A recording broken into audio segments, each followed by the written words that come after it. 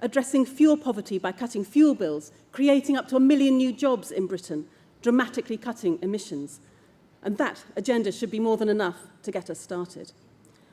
But the third thing we need is a political system that encourages this kind of cooperation. Asking for proportional representation isn't just special pleading. It's about encouraging political diversity and cooperation.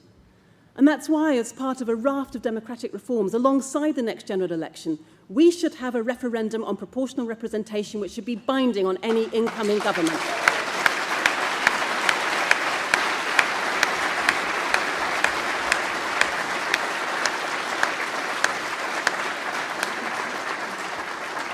A citizens' jury should be entrusted to take evidence and put forward proposals for a new voting system, along with a key number of recommendations to make Parliament more accountable to its citizens.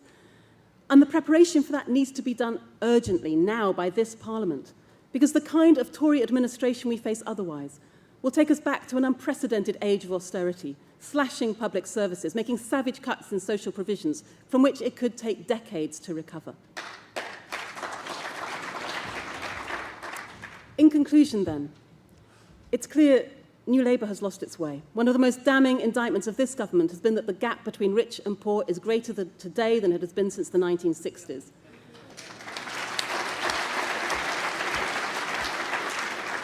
Under Brown and Blair, Labour has become the party of war, of privatisation and attacks on civil liberties. And significantly, in all the feverish debates over the past few days at Westminster about who might replace Gordon Brown, people aren't really staking out different ideological ground.